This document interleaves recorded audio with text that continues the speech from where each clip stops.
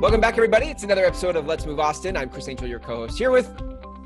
You said you were going to say it. Teresa Bastian. Okay. Hello, everybody.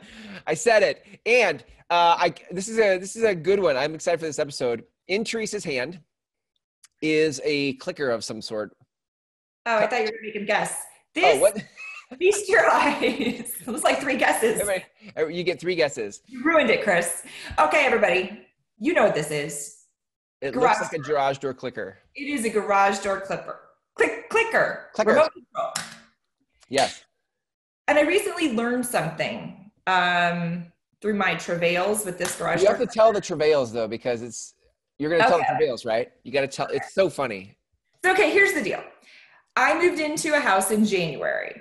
The clicker worked fine for about a month. Mm-hmm. My son also has a clicker in his car. They both stopped working about the same time. Now, it's a little bit of a pain, but we don't park our cars in the garage because we have, a weight set and stuff in there. Yeah. But it is a pain because the house is on a hill and you can't get into the garage without the clicker unless you go up a flight of stairs to the front door, down a flight of stairs into the garage to push the button to open the big door. Right. You go to Costco, or you have, let's just say, real estate signs in your car. You have to go up a flight of stairs, down a flight of stairs to put it in the garage, and then back up a flight of stairs. So, okay, that's not efficient. That's not efficient. No, it's not efficient. It makes you drive around with stuff in your car for a while. It's not good.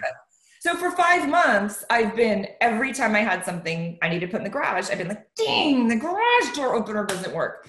Somewhere along that 5 months, I even went to the battery store and got a new battery. Even though when you pushed it, the red light went off, and sure enough, when they put the new battery in, it still didn't open the door. Right. And now I didn't go back, so I'm out $6 for that. I'm just frustrated with this. So finally, I'm sure you can imagine I'm so busy that I couldn't make one phone call in 5 months. But finally, I called the garage door, fixer place, and I said I needed service. I need someone to come out, and they said, "Oh, what seems to be the problem?" And I explained my clicker used to work, but it no longer works, and it's not the battery. And they said, "Have you tried reprogramming it?"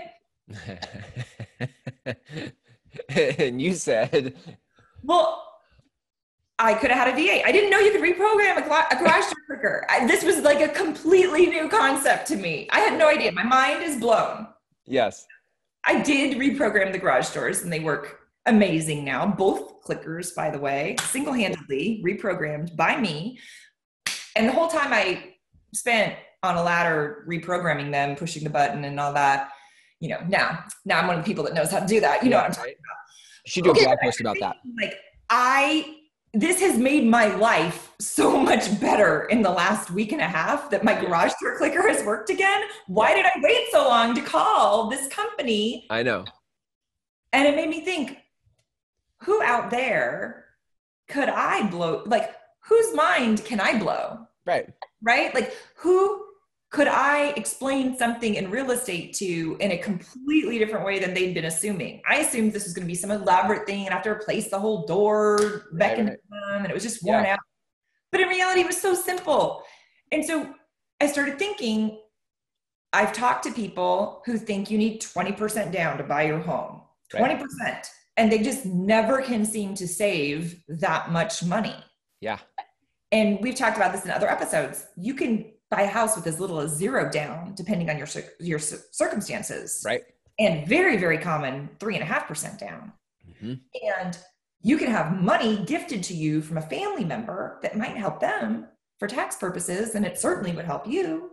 Mm-hmm. But if we're not talking about, hey, I want to buy a house, but I don't have 20% down, I can't share those ideas with you. Right.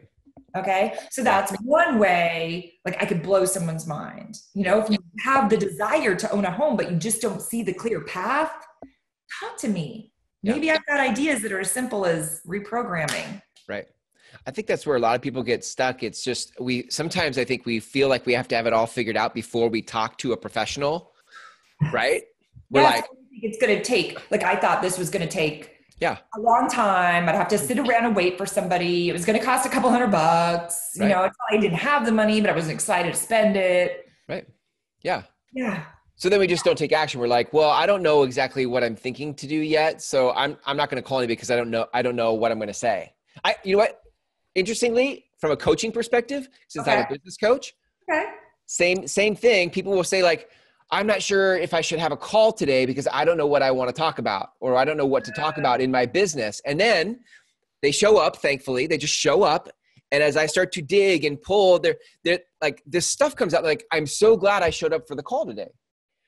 So sometimes you have to just trust that the other person you're talking to that's more experienced in the area can guide the conversation successfully and productively.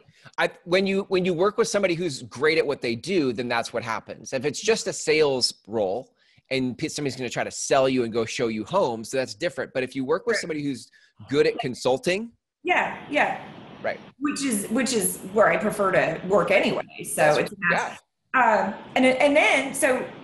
something happened. So I haven't had that kind of conversation about like a down payment since the clicker, but I did have a conversation with, I do some property management for, not a ton, more specific properties, usually for people I know that own rentals.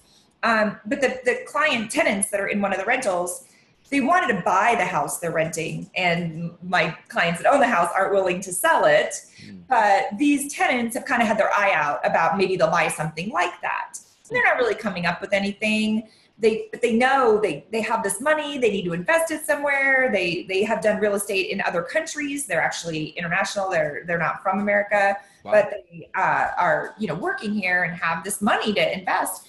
So I kind of said, well, why don't we renew your lease with like a 60-day notice? So if you do find something, you can exit. But have you ever thought about, since it's not going to be your long-term home, why don't you stay renting here and buy an investment property instead? It'd be much easier to find an investment property that meets your criteria. It doesn't have to be so special because you're not living in it. It just has to make sense and be a good home. So we kind of flipped what they were focused on. And now we're going over some spreadsheets of investment criteria. And I feel like that was kind of a clicker moment. Yeah. Because they didn't really care to move out of the rental. It wasn't like they wanted to put roots down and raise their kids in that school district. It was more like they just feel like they're throwing money away in rent. But they could do the rental as their purchase, get this financial benefit without having to feel like they're forcing themselves to buy something. Yeah. So anyway. I don't know. I call it the clicker moment now. The clicker moment. Yes. Everywhere. It's trademarkable. This trademarkable property of Let's Move Austin. It's the clicker moment. Have you had a clicker moment lately? Well, if you're out there, hopefully I've, proven myself to be able to think outside the box. Yeah. And if you're facing a real estate situation that you can't quite grapple with, like you're coming into an inheritance and there's something you should do with the money, or you are fearing there's a more negative life change ahead that's going to really toss things. Maybe we should talk and kick things around. Sometimes I've talked to people that think they have to sell their house because they're feeling very burdened by their debt, but we're able to work like a refinance or something in such a way that is a more positive outcome than they expected. Yeah. It doesn't always result in me making money from the conversation, but it's being able to be creative and solve problems. And that's the space I love. Yeah, it's so good. I love that. Well, that is so good. If you guys are listening to this, you don't have to have it all figured out before you actually have a conversation. I think it's Teresa, is it safe to say like just start with the desire? Like, what is it that like I want to have my garage door work? That's what I want. Or I keep thinking about there's something with real estate I should be doing, or, this nagging thing that my parents always said, and I've ignored them this long, but now I want to know what they meant without asking them, That's the trigger. It's the trigger that gets you to go, oh, I am having that thought. I should talk to Teresa to see what her ideas are. We should talk anyway. Yeah, I love it. Teresa, if people want to talk to you then that way, what's your number that they can reach you at? 512-297-3442. You can call or text me. Perfect. I love it. So good. Have a great one. Thank you for another great episode. We'll catch you next time. Wicked. Bye. Wicked.